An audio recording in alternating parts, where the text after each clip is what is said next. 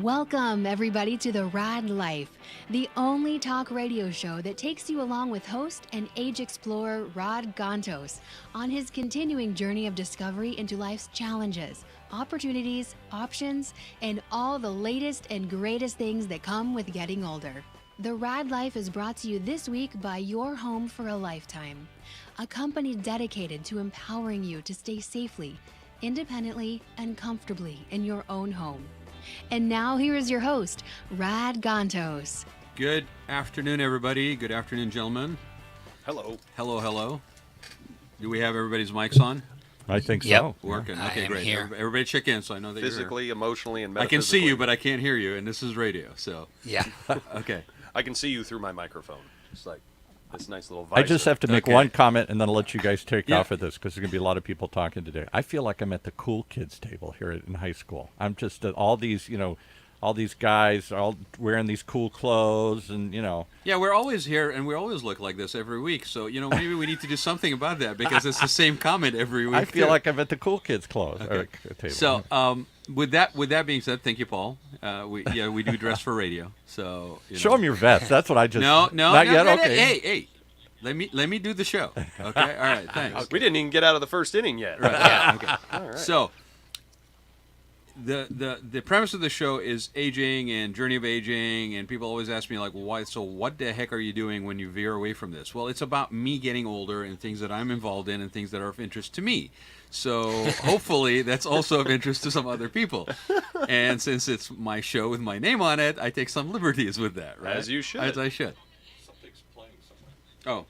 The live feed from Facebook. And my live feed of from this my show Facebook, because I'm trying is to be interfering with the show. courteous and want to make sure that anybody has questions I catch it, so we're turning that off. Okay, so before we start, to Paul's point, if anybody has any questions, you're going to have to call in this radio station at what number, Paul? If you want to be one of the cool people talking to all the cool crowd here today, you can call us at 949-330-7761. 949-330-7761. Operators standing by. Okay, and if you're watching us, then you know how to get hold of us. If other people want to watch that are listening only, you can go to the YouTube station or YouTube channel or the Facebook page for OC Talk Radio, or you can also go to the Facebook page for the Raad Life, Raadlife, and you can see us and hear us. And please call into that number that Paul just gave away, because we'd love to hear from you. So, one of the things that I've always been interested in, and ever since I moved back to California back in 2000, after being out working at different places for a couple of companies, is that I've had this thing about if you're going to live in a town, and it started off with me living in San Clemente. It's like if you're going to live in a town, I had been a nomad traveling all over for a while, working in different places, like I said, is if you want to live in a town, you got to really live in a town. And one of the ways that I felt that you really lived in a town is that you basically became part of that community's sort of nonprofit structure. You gave, you got involved, you volunteered, you made things better than you found them in whatever small way you could, whether it be financial or volunteering or teaching or whatever, or a combination of all of that, which means that it left you no time to do anything that you really needed to do, and I found myself in that spot too, right? But and why I share that is because it's also part of what we're talking about today. Is there's a feel good that comes out of volunteering, and we've talked about it on the show before. That really is very rewarding in a way that is not, you cannot get rewarded financially. There's something that gives to your soul by being involved in bigger than yourself, making a positive impact, be it a senior thing, be it a children, be it community garden, whatever it is that you may be interested in, where you can bring your skills to bear. And along the way on that journey, since this show is about a journey of life, is I've met some people that are really interesting, and two of them are with me in the studio today.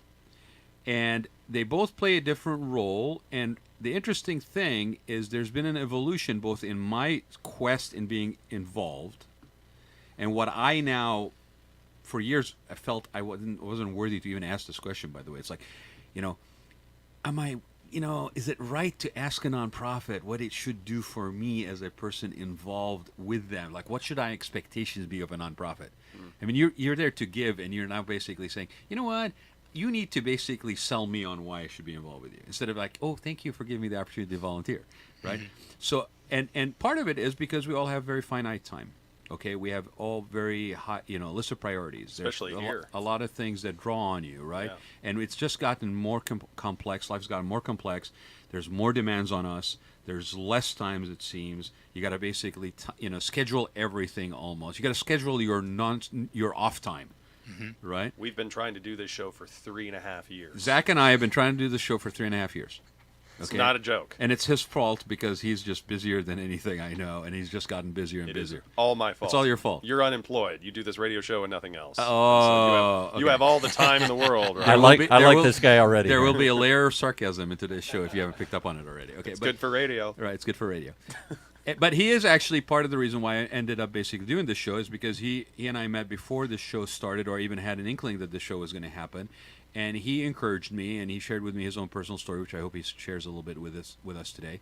And it made me kind of stretch outside my comfort zone. And here I am, find myself again looking at nonprofits and my involvement in nonprofits. I don't plan to not volunteer. I don't plan to not be involved. I don't plan to stop doing what I can to the area, what's around me. But I'm a little bit more demanding, I think, in how that happens and what it looks like and how much time does it suck out of my day. And I'm going to use that because that's exactly how it feels like. And there's been nonprofits, the boards I've served on over the last 16 years, that I've either kind of lost interest, or I find myself basically going through this sort of a cycle of things just basically repeating themselves, almost this the definition of crazy. It's One of like the we keep biggest doing problems. the same things over and over again, expect different results, and it never happens. And there's common problems with nonprofits that are They can't get out of their own way. they can't get out of their own way, and so everything. We talk about this, and everybody goes, yeah, at retreats, and then we go away, and then nothing happens in some cases. Composition of boards, strategic composition of boards, what people bring to the table, the skill sets that you need to know that you need before you even go out and seek them to make sure that they're part of your board. Financing, grant writing. Having the skill in the committee level, committee levels to basically do regular grant writing, the strategy of what you're going to go after, programs that you put into place in order to allow you to fund your organization's mission, and more importantly, to sustain the organization over a period of time. And their organization has been around for 20 years by some Hail Mary and some goodwill and some success stories, and then they basically fall by the wayside. Right, and so as a person who maybe you volunteered or served at the board, or you even gave money to those organizations, there's a little bit of a sadness, I think, that when you see something like that you kind of vested in go away, and Especially when you see the writing on the wall. Yeah, not yet, Paul. So basically, here's the thing. I want you guys to introduce yourself, but I also want because I know that you have an affinity to nonprofits and involvement in nonprofits, but that's not what you do 9 to 5. So what is it about being involved in nonprofit that makes you want to give and then be demanding in how efficient and how successful that is? He hasn't said a word yet. Yes. Let him have the floor. So the mic is yours, the floor is yours. Great. Yeah, so Tyler Mounts, I professionally or vocationally work in health and fitness. You can give a plug. I work for Stark in Irvine. It is awesome. Hi, Literally, Todd. we help. Yeah, Todd Van High, if you're listening. Todd you're having a great Todd did day. it. Todd did a show here for a long time. Yeah. Stark And naked. That's right. I think we took we drank in this room as well. You did? Yeah, we took some shots. I remember that. So the affinity to philanthropy. My dad runs a nonprofit. Grown up volunteering in various organizations, whether that's summer camps or serving food for homeless shelters, things like that. So I kind of grew up around it, and through seeing the pain points in my dad's experience of running a nonprofit, I've noticed, and I remember coming across when I was in college something called the Mocha Club. Okay. There was this idea that for $7 a month, the cost of 2 mochas, right? So you give up 2 mochas, and there's an amazing organization out there called Skip One, skip and the number 1.org. That's really cool. Like same concept, like whatever it is you do, like pedicures, a massage, whatever. If you skip 1 a month, and then that money gets donated to charity. Oh, I get it. And so for $7 a month, if everyone skips 2 mochas, Starbucks will not go out of business, but potentially kids in third world countries can have clothes for school, clean water, whatever it is, just because of the way that, how far the dollar was able to go, and collectively, that's this idea of this collective.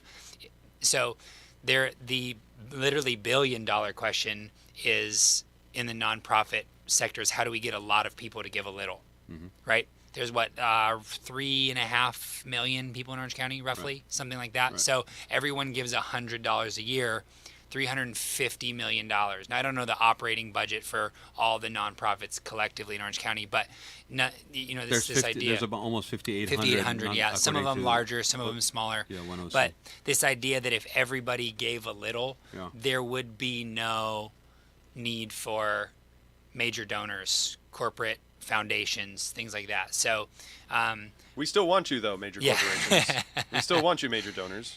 yeah, but what we want is we want not to rely so heavily on those things, because what happens is, I think, the future of nonprofits, one of the things that we're heading to is not only do we have a lot of nonprofits here in Orange County, we have more of them opening and starting up and things like that, and also to the detriment of each nonprofit, we have overlapping services, And they're all dipping into the same pockets. and so people in business, you want to talk about competition for the consumer dollar. Yeah. Well, all of these nonprofits are in competition for the donor dollar. Absolutely. And it's increasingly being spread more thin across more organizations. And so, again, now in terms of, I don't really know.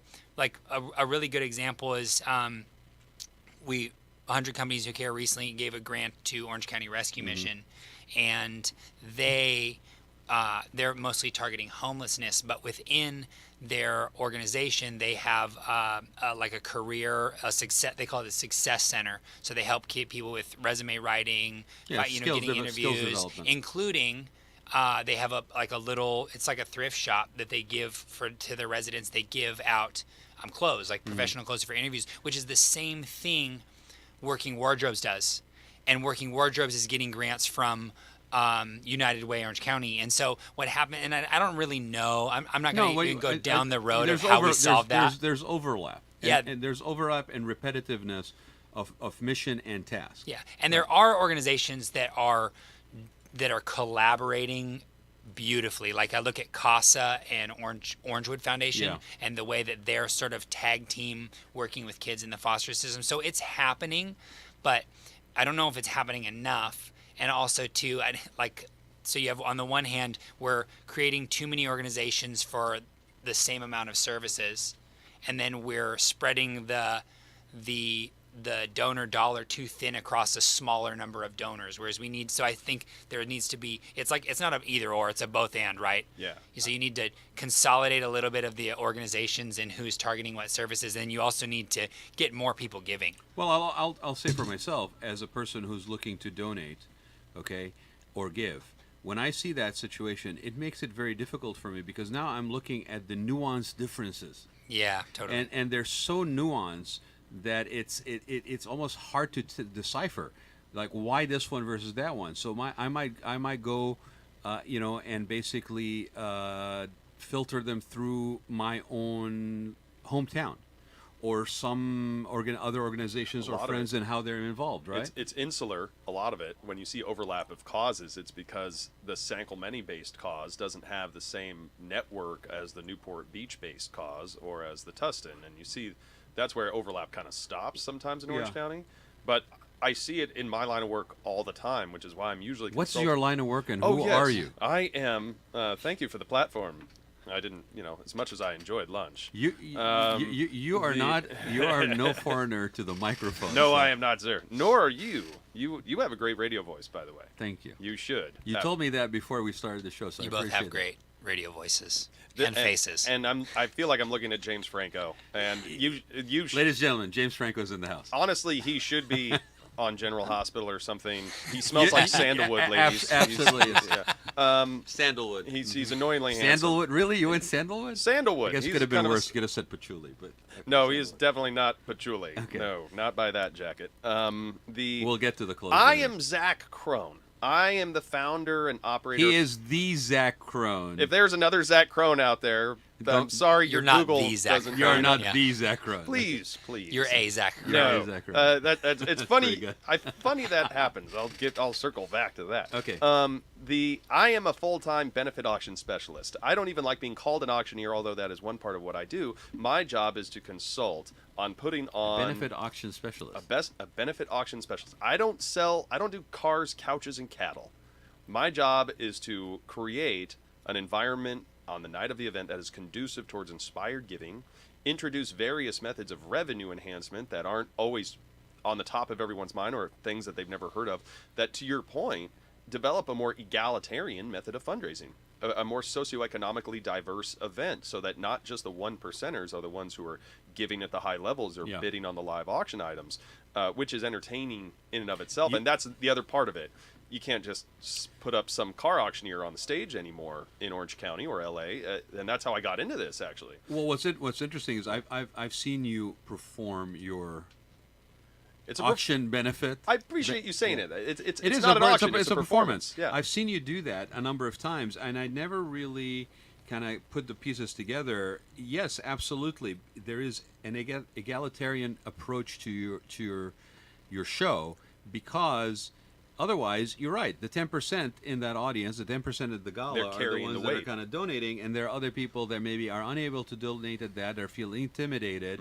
They may be limited to maybe like the silent auction or something like that. That when it comes to actually the live auction or the ask, basically, they feel like they just need to sit there until the show is over and then basically walk out. And you actually your show is more inclusive of everybody in the room, which is beneficial to the organization to give at any level. Exactly. And to Tyler's point is that you're trying to make it more smaller donations on a larger group of people.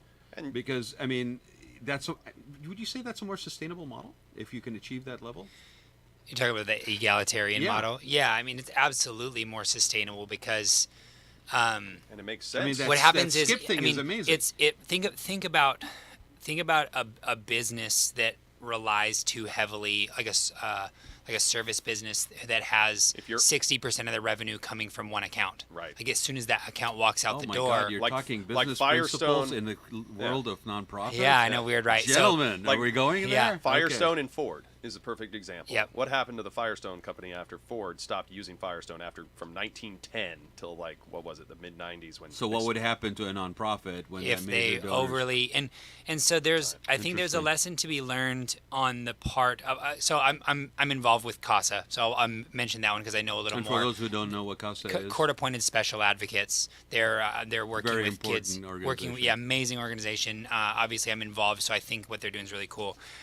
They had an event recently. They called it the Pinwheel Project, and they had you could buy a pinwheel. You know, what I'm talking about like little things to spin for $5. It was Child Abuse Awareness Month, or no, it was Foster Care Awareness Month, and so they wanted to sell a pinwheel for every child in Orange County that is in foster care, which is approximately 3,100 or 3,200 kids here in Orange County. And so $5 per pinwheel. And what they were trying to accomplish was not a large amount of funds, but they were trying to increase and engage a new wider donor audience. base. cast a wide Yeah. net at these things. And so Well, and raise awareness. And it's raise a- a- awareness, exactly. So and all these benefits, and two, there's a really, really important lesson I think nonprofits can learn, and it's like high-end retail, right? Like so, I walk into a store in my jeans and a t-shirt, versus the guy who walks in a tailored suit, and the perception that kind of like me right now in a polo shoot. You guys exactly. are See, wearing like sports clothes. everyone, it would be horrible for me to not take you seriously. That's why you're on that side of the table. No, but so like I've been snubbed by Yeah. nonprofits when I either offered, whether it was my time or or been not overtly but kind of more subtly made to feel like my contribution wasn't that significant.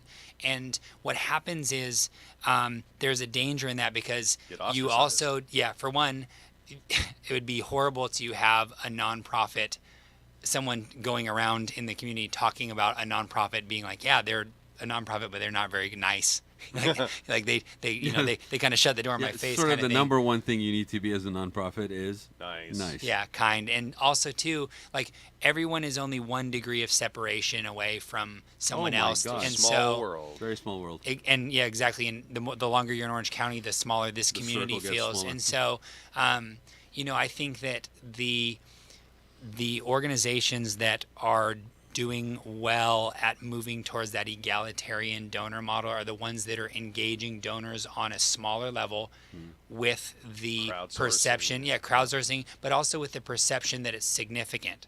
So they had a huge social campaign, email campaign, all going around these pinwheels, which was, and by no means a large fundraiser for them, but it brought however many people into the fold where it's like they're aware of what COS is doing and they're made to feel like they're contributing to something meaningful. So I say this to clients all the time. Sorry, Ron. No, go ahead, Zach. Everyone wants their act of generosity to feel like a tidal wave of generosity and not just a drop in the ocean. At nonprofit fundraiser events specifically, 60 to 70% of the people in the room are usually guests of someone who bought the table. Yeah. Someone who couldn't afford a $2,000 table. Yeah. So the majority of people in the room It's a very good point. haven't spent a dime, and unless you offer them a means to participate, whether that's through all the various revenue enhancers that are available to them, And different levels to participate. then because there's things that I say on stage all the time. What if I could find a way where everyone in this room could participate for no more than $20, and we can instantly and magically turn that into over $10,000, and we're going to reward you for doing it. You might win something. There's only 3 ways at these events to get someone to give. You either inspire them with the emotional cognizance and empathy generated from the cause itself, and by the human connection that is inherent in the nonprofit. 2 is to motivate them to give, for the more cerebral givers. Yeah. And we see that all the time on television. For just $20 a month, you Yeah. can teach this puppy to speak Spanish or whatever. Or a match opportunity where if you give $500... It's California, so, there might that be a exists. nonprofit It's out that- there. Hi. Yeah. There are events on September 22nd. And what's the third? What's the What's 23rd? The third. The third way to get someone to give is to incentivize them. And we're going to see that a lot more, I think. After the tax law has changed, people are not as incentivized from a tax deduction standpoint as much because the minimum went up. And so the nonprofit has to make that up in some way. And you don't know this, but Oh. I fell for that at one of your events. You didn't fall for it. No, you're right. Sorry, You fall for it's the wrong wanted word. to Yeah, participate you're right. in So, a way that was comfortable for you. so we're at the Ronald McDonald House Nicely Orange handled. County Fashion Show. It's called contagious giving. And they're doing it wasn't a paddle raise, but it was the giving commitments that works from 2,500 on down. Yeah. And so I had picked the point at which I was going to give. I don't remember the increments. It was like 25, 15 and on down. And so I had already, because it was an organization, Todd and the guys that I work with, like we've done some work with them in the past. So I was already in, had my amount, I gave it. And then on the last one was $50. That was the lowest amount. And Zach said, "Oh, and by the way, if you contribute at $50, you'll be entered into this Opportunity, drawing yeah.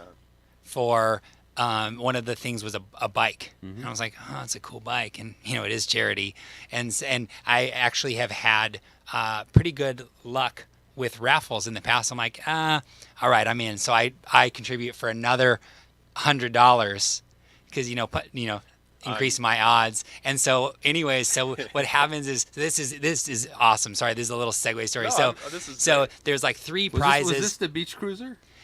There was a beach cruiser, and there was a watch. He and knows there where was- I'm going with that. And there's something else. And so what happens is they draw the one for the watch. They draw the one Yep. for the beach cruiser. They draw the one for whatever else. I think there was maybe like a 2-night stay somewhere. yeah. And I'm like, oh man, a bummer. And then, but the last one, whoever drew the bike, was a staff member of the organization. Oh. And so he donates the bike back, and then the guy in the front decides he wants the bike, not the watch, so he gives the watch back. He takes the bike. doesn't remember that part. All these side deals are Yeah, hilarious. and then the next thing you know, there's one more ticket to be drawn, and I ended up winning the watch. So, So, anyways, it was just funny because like do you want to? I was No, you- incentivized to give at a Do higher you want level to tell than I him the had. rest of the story? No, you tell it. He You doesn't tell it. remember the rest of the story. you tell And it. it's ironic that we're all sitting around the table. I Were know. you at that event? I'm the one who gave back the bike. Oh, you gave back the bike. Oh my gosh, that's hilarious. No way. That's I feel awesome. it was Ashton Kutcher here. I'm like getting punked right now. No, He doesn't come back and I'm realize the it. one who gave back the That bike. is so funny. I thought got it was, the Beach Cruiser, and I'm like, where am I going to it was like a Dr. Pepper bike, wasn't it? See, he only owns skin-tight jeans, so he can't ride bikes. Yeah, There's no cushion, and that seat didn't look comfortable. That is so funny. Yeah, so How you funny gave is that, you gave right? the bike back. You're and here then to tell this story, and You I'm didn't That like, even is know. so. I had no clue. This is before I knew you. This was Yeah. probably a couple years ago, Yeah. right? See how giving Well- is contagious, though? Yeah. That's hilarious. Well, So- and the fact that you made mention to Ronald McDonald House fashion show thing is actually even funnier because prior to that, we had been putting on events, and Zach was doing the auctioneer, the what is it? The giving benefit. What is it? Benefit auction The specialist. the BAS. BAS, it's actually a thing for the. There's You're only, such a bass. All right, If you're let in me the- just if you're in the segue. industry. Let me segue real quick because for a lot of nonprofits that don't know, A, they don't know the difference between a commercial auctioneer and a benefit auctioneer. Right. And B, they just think an auctioneer is someone who gets up on stage and talks Right. fast. Right. There is no regulatory system here. Either one of you could start a website tomorrow, say that you are an experienced benefit auctioneer, and your phone will start ringing in a short period of time. That doesn't mean you're going to be any good, and you're probably going to fall flat on your face for about a couple years without really knowing what you're doing. Right. But that doesn't mean you won't get hired. That's just, And we've all been at events where the auctioneers actually fit that bill. if they didn't exist. This is not this yeah. guy. Yeah. There's a lot of bad ones. So a few years prior to that one, since we're on it, okay, we basically had an American Society of Interior Design benefit at the Newport Beach Museum Is this of Art. the chairs? The chairs The for chairs, charity, yeah. right? And it would benefit the Ronald McDonald House. And so, second year that I actually did it, I designed a cactus chair for Ronald McDonald. I designed a spinning red I bookcase like that chair, one. right? I like the red for Ronald bookcase chair. McDonald's, which actually was purchased and donated, and it's sitting in the Ronald McDonald's. Ronald McDonald. Just knock on his door. Ronald. Oh, it's done. It's fine. Sorry if you guys were hearing them, we were getting a call in, and We were our surprised we had a technician has radio actually stepped away for a minute. So if you tried to call back in a few minutes. But the second charity event for Chairs for Charity, I did this cube that was basically a bookcase in McDonald red, and I really decked it out with vintage McDonald memorabilia, including a fabric that I found that is no longer in production, and I basically needed to, because it's just the way I am. Okay, and Tyler and I happen to share a tailor by the name of the godfather of fashion and clothing, Dave Welsh at Bespoke. And actually, that's another organization that I have an affinity with them because they also are very giving and they're very involved in nonprofits, and they benefit children. Every year they do a couple of things where they donate stuff for kids. So one of the things I did is I did some cushions for the chair. But I also ended up with extra fabric. So what am I going to do with extra fabric? So I don't know if you guys can see it. Maybe I should stand up. Okay. See this Ronald McDonald vest? Okay. This thing comes out of the closet about once every 3 years, and this is one of them, right?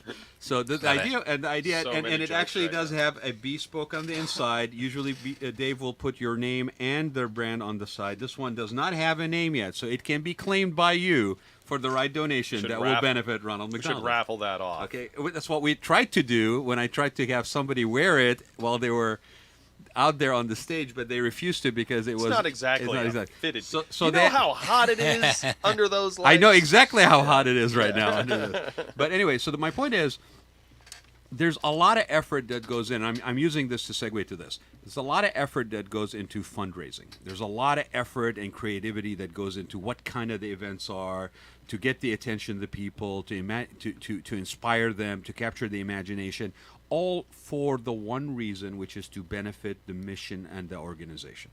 And in a lot of cases, these events become very elaborate and very costly and very time-consuming and very costly in terms of labor costs, whether it's organization or volunteer time or whatever, right? And so part of me, over the last 16 years of being involved in nonprofits, have gotten a little tired of that. I found that to be a little bit not as efficient as I would like for it to be. And I don't really need to be wined and dined with crystal chandeliers anymore. If I have a feeling for an organization, I would rather just basically be acutely clear with them why I'm donating, what my expectations are, and basically have them basically just get on with it. You're like what I like to call a Goldilocks donor. You're not too big. You're not too small. Just Because right? Is that what you're you're just right. Oh, And because that's why I keep him around. I think Yeah. I think you get these nonprofits asking you how do you get more people engaged and things like that, and I'm always going to be more function over fashion. Right. A centerpiece, unless you're actually selling them in whatever creative way possible, Right. is not going to, or you're uplighting, Right. or your band versus a DJ. All these things are not going to increase how much you raise on the night of the event. So perfect segue. Yeah. Perfect segue, because part of the reason why we are here is to talk about the futures of nonprofits, and we're using Orange County as an example model, but really this applies universally, I think, everywhere, right? And you do enough events all over the country that you're here as that voice of is this something unique to us? We just happen to be in a very affluent community. We have a lot of nonprofits that are all fighting for our attention. They're using everything from high-end promo and marketing branding companies to basically get in front of you, to get you engaged on social media constantly, right? I think somebody said that as a regular individual these days, you get hit by 3,500 ads in the course of a day. you're wearing one right now. Yeah, Yeah. very loudly, but okay, but he's complaining, but he has a pocket square with the same material, so ignore From it. you. From me, yes, yes. I love that thing. though. Did you frame it yet? No, I I can sign it. If you I like. did the golf tournament for Ron McDonald House see? on Monday. 2 years later, So of or 3 course I years wear later. it. So It's not like I can wear it at the Goodwill event. how does the future of nonprofits look like for the people like me that are maybe like what you're saying, a Goldilocks donor or a larger organization, that are being whose attention is being constantly competed for, right? How do we basically streamline this process? And that's when something called 100 Companies Who Care He's queuing you up. was brought to There my you go. attention. And it was brought to my attention by this gentleman sitting to my right. And it was through knowing him just socially and having shared interests. And I said, well, what the heck is this all about? And he said, well, come and see for yourself. And I was blown away. Check it out. And I was really blown away. Okay, so why don't you tell everybody who's listening, what is 100 Companies Who Care? Thank you. So 100 Companies Who Care is part of a national organization called the 100 Who Care Alliance. The 100 Who Care Alliance has chapters in cities all over the U.S. They're generally branded as 100 Men Who Care or 100 Women Who Care. Right. They're focused on individuals, so they can be 100 people who care. The alliance is very hands-off in terms of all these chapters are run independently, but the principle is the business, same. yeah, the principle is the same. They create what's called giving circles. Okay. So the Alliance isn't an organization or a nonprofit in of itself. They're people who gather together to give collectively. So a group of individuals, 100 people commit to give $100 per quarter, so $400 annual commitment, and there's an event each quarter. At every event, there are presentations from 3 local nonprofits, all nominated by members. And then at the end, and they pitch the group, think like Shark Tank style. I call it the dolphin tank. Shark Tank is a good one. It's Dolphin tank? yeah, it's like like that, but ferocious? but it's charity, so we should be more friendly in dolphins, I do a nonprofit that is totally against keeping whales and dolphins Yeah. in captivity. You should. So really yeah, so pump the brakes. dolphin. Manatee Circle. We'll call it the Dolphin Harbor. Okay. better. Disney may be coming after. Yeah, A there we harbor go. is something you can come and go with. Yeah. I like it. So it's a pool of people that come together and they commit. give a presentation and pitch, and then the members vote, and it's winner takes all. So all 100 checks go to the winning organization. They walk away with 10 grand. Let me get this straight, just to recap. So cool. A by the way. group of people come together. They commit to giving on a quarterly basis or a yearly basis, and then basically the money is divvied out or given out on a quarterly basis. It's given out to charities that are nominated by the members of this group. Nominated and then voted voted by. on after they present in a dolphin, shark, whatever you want to call it, format to the group, and then those members basically then vote who gets the money, and it's a winner takes all. Yeah. Okay. So Orange County, I think unique to a lot of cities in the areas in the U.S., we have a lot of nonprofits. You'd mentioned there's like almost 5,800. There's also blow me away. there's also Not to mention schools too. yeah there's also Those are the registered, by the way. those are registered, yeah. So those are going to be in that pool. Yeah. But we also have close to 30,000 businesses. Yeah. Here in Orange County as well. And so like I said, there's a couple things. There's two major problems I see in the nonprofit sector. One is overlap of services, like redundancies, and then the other is over reliance on major donors.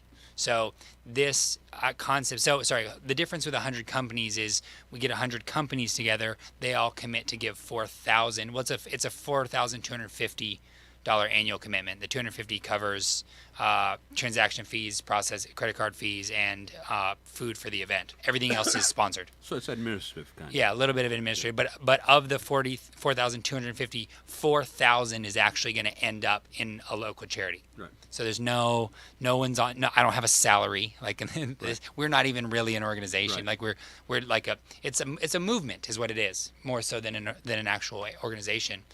And so 100 companies, business owners, entrepreneurs, executives, $1,000 a quarter. We're giving out $100,000 at every event, $400,000 annual impact, and they're going to go to charities here in Orange County. And Love it. and how do people find out more about this? You can go to 100companieswhocare.org. Okay. The number 100. And companieswhocare.org. There's a good video actually with you in it. Yeah, there's a video that explains a little bit. We're working on the website. We'll have something new. Hopefully our friends over at Gigasavvy are going to help us out with that. And then, and then there will be a contact. The thing is with it, it is a invitation / referral / application membership process. So it's sort of open to anyone who is a business owner, but there's certain guidelines of who can and cannot, right? Yeah, we want to protect the idea is that there's two value propositions I see with this model. One is the idea that the whole is greater than the sum of the parts. Mm-hmm. So you're a member of 100 Companies Who Care. You pay your $42.50 a year, and you will at that point be able to be exposed to and vet and potentially get more involved with 12 different charities over the course of a year, because you're going to have to hear from 3 every single event. And so what happens is if I'm a business owner, I can take, for one, if I go and try and divvy my $42.50 up among those 12 charities, it's going to be minimal. You've diluted your impact. Yeah, you're diluting the impact. It's a drop in the, yeah, exactly. It's nothing, as well as it's very, very time intensive to go seek out and then vet these charities. So what do you we do it collectively. We first of all, business owners are bringing charities they already like. Right. And then essentially you're collectively and socially vetting them together. And then on top of that, your $42.50 now is going to show up as a $400,000 the impact is much bigger. No, and the other thing too, and this is there's an egalitarian component to it as well, which we mentioned already, because that's our $20 word, radio listeners. Yeah. So there's going to be on the website 100 company logos in no particular order. There's no Bank of America or U.S. Bank as the platinum donor, and then the gold donor and the silver donor, and on down, and then me who contributed, and I'm one of 42 bronze donors. At the bottom. No. Everybody's equal. Everybody's equal in their contribution. Mm-hmm. Equal impact, and so that's kind of the appeal. The the appeal to me on something like this is that very much so, but also the fact that it has the benefit of everybody getting around and not only vetting these organizations, because in some cases, if you have a certain credibility with the group, you're not going to bring in an organization that you don't already know is going to stand the test. You want to vouch for So someone you'll that's probably, worth vouching right, for. which is a great thing, because then nobody's bringing in something that isn't been vetted or is going to reflect negatively on them, or I heard about this thing, maybe we should talk about it. You're going to bring in sort of a quality organization that you feel are deserving, that you might even have had previous engagement and involvement in, and basically try to champion them to the rest of the group. But what I really, really like about this is that it doesn't put unnecessary burden on these organizations other than to do that, to show up and basically pitch. And it's 1 out of 3, so it's a 30% chance, not like 1 out of 10, 1 out of 15, right?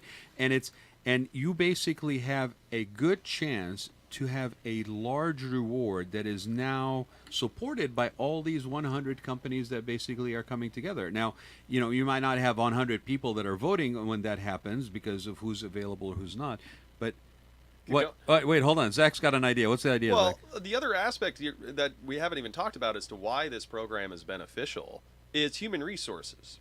Some nonprofits exactly are only as good as their executive director. Exactly. Or they're only as good as their development director. Exactly. And their little black book that they carry around with them. Right. And let's face it, to be an executive director is like being a CEO, but you're getting burnt out. It's really hard to not get burnt out as a development director. So it does kind of take the burden off of those lunch Those meetings. resources. Yeah. Yeah. Because there's only so many Yeah. talented No, people out there that, that's where I was going with it, is that Yeah. it doesn't put that unnecessary burden on the organization. Like you try to put on an event for a gala or something, you're basically planning this dang thing for about 4 to 6 months. And then you're basically putting all this money, this events, staff time on it, volunteer time on it. But events are great. We love events. We love events. And there is a place for it. What I'm saying is, here's the situation. Now, to take what you were saying and say, okay, the organization is only as strong as the executive director, and the executive director shows up and basically says, hey, and puts on a presentation, these 100 companies basically go, oh, we like that, we'll give him the money. Great. But here's the thing. They're supposed to come back and report Yeah, so on how that was used. we do what's called the Impact Award. So nonprofits who are awarded the grant. So just so we're clear with everyone, we actually we don't do the winner takes all model. It's an 80-10-10 split. Right. Yeah. So everyone who gets nominated gets some contribution, but obviously not to the amount of the winning charity. But the winning charity comes back. And that's also decided by the membership. Yep, exactly. And then the winning charity comes back the following quarter and shares what we call the Impact Award, Right. which says, hey, here's what the money went to and the funds. Because I think that, from a responsibility standpoint, there's a lot of goodwill that is gained in a charity demonstrating to this group that the funds were used appropriately. Because reality of it is that the 4250, that's just the foot in the door. When you Right. talk about from a philanthropy standpoint and corporate responsibility, that's just a foot in the door. The magic happens when these companies and these business owners latch on to a cause, and that becomes an opportunity for staff volunteerism and further donations. And so what happens is by frivolously using the $80,000 grant that they may receive, they're essentially going to kind of like burn through their goodwill with the group in terms of like, hey, I don't know that I want to continue because the reality of it is $80,000 isn't going to carry a nonprofit for very long. Depends on the one, but again, like the idea that's a finite amount that will eventually run out, and they need to have demonstrated to the community that they're responsible with these funds. And that is critical. And that, to me, as a person who donates and volunteers both in my time and monies towards something, that is critical, because the fact that I can somehow, in a business-like manner, hold them not accountable, but have them come back and report to me on the impact. Therefore, the Impact Awards, the impact on that money and how they used it within a quarter. I mean, I'm putting them on a quarterly system at this point. You got the money a quarter ago. You said that this is what you are doing. That money should have been applied towards that, at least initiated towards that, and to where you can come back the quarter after and basically report to me how that money was used. That is music to me, my ears, as a donor, as a person who wants to basically be vested in the success of an organization. That's why at an event, a chairperson or an executive director, the first words out of their mouth are, this is who we are, this is where we've been, and this is where we're going and what we've done. Yeah. Hint to any charities that may present at 100 companies who care. There's a lot to be said about the value it's about the context of their story too. and demonstrating what the potential grant would go to. I know why you're bringing this up, and without naming names per se, but you could be a charity that comes in and basically is very much factual on that level, right? Here's the things, here's the stuff, like to Zach's point, this is who we are, this is what we have done, and the way you present it is a business-like almost presentation. You're giving me the facts, you're breaking it down for me, you're doing the ask, and then you could also be an organization that comes in and does a very emotional ask. And I think in this particular setting, to be fair to those that would come in and basically present, you need to be aware of who your audience is. Yeah. And what they're looking for and what they're looking to hear. To that point, I have a question for you. Because we were talking about it earlier before the show, there's this stigma that exists in the nonprofit world where when they're let's say presenting to say that we provide 90 cents on the dollar goes towards the cause. That's a very sexy line. That's a very appealing to kind of a layman, to a donor who is going to look at that and go, okay, I know that 90 cents of the dollar I give is going to go towards feeding this person or educating this person or putting a roof over this person's head. Right. Whereas, and that's a common misconception, sadly, because if these nonprofits do take some of these resources to invest back in themselves, they have grown their cause and the amount of people they can help exponentially. A nonprofit's going to raise like $500,000 in any given year, and they say 90 cents on the dollar is going towards the cause. Yeah. But if they invested a larger portion of that into their own operation and brought in more human resources, more methods of outreach, more PR, all that good stuff, they're going to raise $1 million. Yeah. Now, they may not be raising 90 cents on the dollar. Right, They might be doing 80 cents on the dollar, but they've still raised More more money money. for the cause. Yeah. And that's Well, so that's all. when someone's presenting, does that curry favor with your group and where they say 90 cents on the dollar, or is that something Your that the audience is people- a bunch of businesses. So are they so well steeped in the nonprofit world to know that stat shouldn't carry as much weight as it does? Yeah, I think that the idea. How educated are It's a these very good donors? question. Yeah, I think that. Well, I mean, obviously, ideally, there's going to be a pretty varying degree, because there would be some organizations that are already highly involved philanthropically. So companies, and some of these companies highly involved philanthropically. This is one more thing they're doing, and then other people who this is their foot in the door on the corporate responsibility thing. So you're going to have a pretty varying degree, but the idea that through over time and collectively that this grows. But in general, what's interesting is so you talk about ROI, right? Return on So investment. any business owner is going to be focused on the return that he's getting in any aspect of his business, and it's not like that switch turns off when it comes to philanthropy. Correct. Yeah. So it's not like I'm still looking for that. Is with not philanthropy, you yeah. don't have a shrewd business person who is frivolous philanthropically. I've met a few, but go on. Yeah, in general, you know what I'm saying? There's usually other mitigating circumstances. Yeah. Yes, And there so in general, if someone's going to say, The wife I'm sitting gonna next to them being one of them. yeah, Okay. yeah, exactly. There's Well, your mitigator right yeah. there. So, assuming that there is, you're going to spend on some marketing strategy or new technology or some sort of machinery or equipment that's going to generate a return for your business, you're going to weigh the return on that investment. You're going to apply similar principles to your philanthropic giving. That's the idea, and that collectively it will be an audience that, hopefully the wool's not easily pulled over their eyes. I think that it won't. And again, it's a group situation. So if one or two are basically mesmerized by the siren song of a nonprofit, the others are probably also going to sort of dilute that effect in the overall vote, because they're evaluating things for different reasons. Now, not everybody may be looking at our ROI in terms of actual dollars and cents. Some people are maybe looking at it in terms of community impact. Some people are looking at it as future investment into something. But the bottom line is you're still very much aware. There could be a self-serving aspect to it, of too, cost Yeah. and return. And that's the thing, to your point, Zach, about this, what percentage of funds are going to programs and stuff, is that not enough people are paying attention to impact. Right. So there's organizations that Like CASA.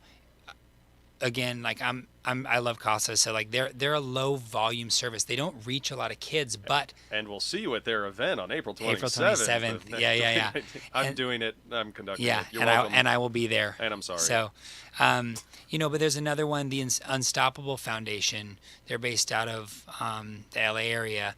They work with bringing education to developing countries. Mm-hmm. But what they found is that every school plant in Africa is failing because 2 weeks in, kids stop going because they spend all their time going to carry and get clean water. Mm-hmm. And so what happens, they have these 4 pillars. So they don't onboard a new school in another village until they can provide clean water, they can have some sort of economic stability or like some sort of commerce within the community, so training people on job skills, and then they'll start to introduce the possibility for education. So that money they spend into the educational sector is actually sustainable. Because the network exactly. And so it takes place. over $1 million to onboard one new village in Africa. Yeah. But the difference is there's no abandoned schools in these villages that they're onboarding. So impact is a metric that in a lot of cases is hard to quantify. Well, but if you can, and we don't live in a world that actually understands that. And I'll explain it to you very simply.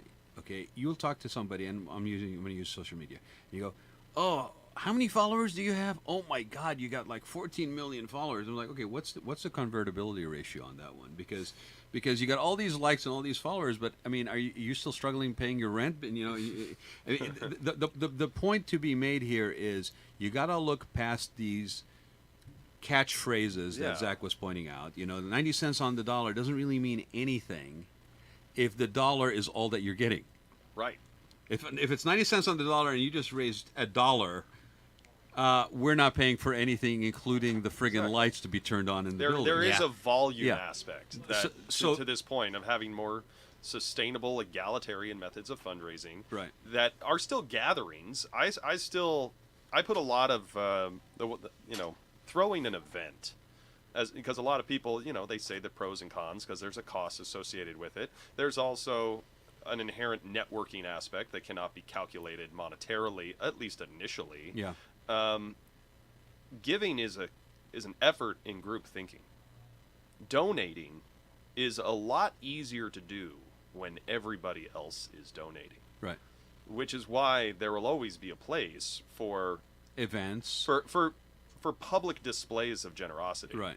Whether That's a that's good way at to a put it. casino night or a golf tournament or a gala or an underwriting party. Or like the show where we give so much information. Or just like, these cocktail parties that happen at Top of the World where, there's just donation cards on the cocktail tables. And, So there's all sorts of elaborate elements of group thinking that need to be engaged. This is a lemming-like aspect. So with that being said, we're almost at the end of our time, and I want to just give you guys an opportunity here. So Zach, if somebody was putting on an event and they were interested in your services, how do they get hold of you?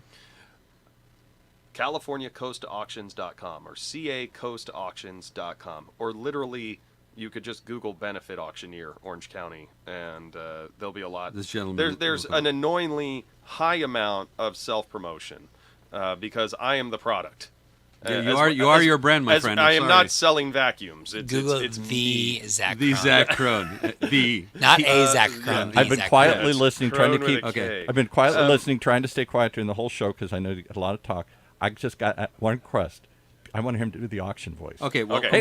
we'll end with that. Yes. Okay, and then Tyler, what about the 100 companies that care?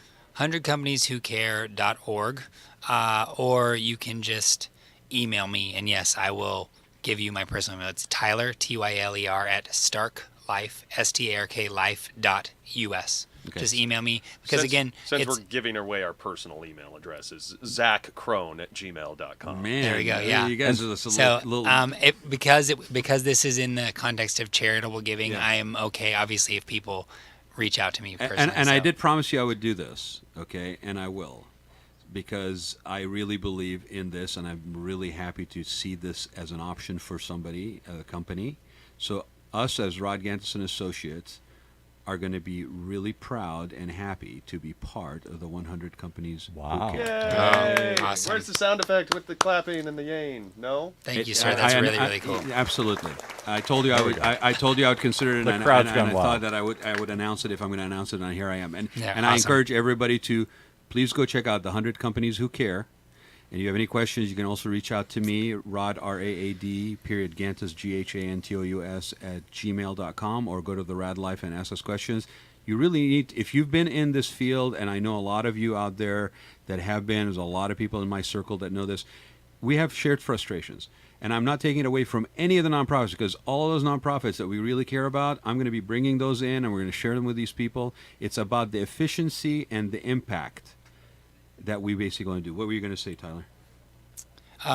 The next event's going to be August 23rd. And where is it? It's going to be at Dust Malchi which is in Irvine on Von Carmen. All that information's on the website and stuff. But It's on the website? for people who are business owners. We need to have the auctioneer take us out with his auction voice. And I'll also share it on my stuff, so if you're following me, you'll get that, and please join us.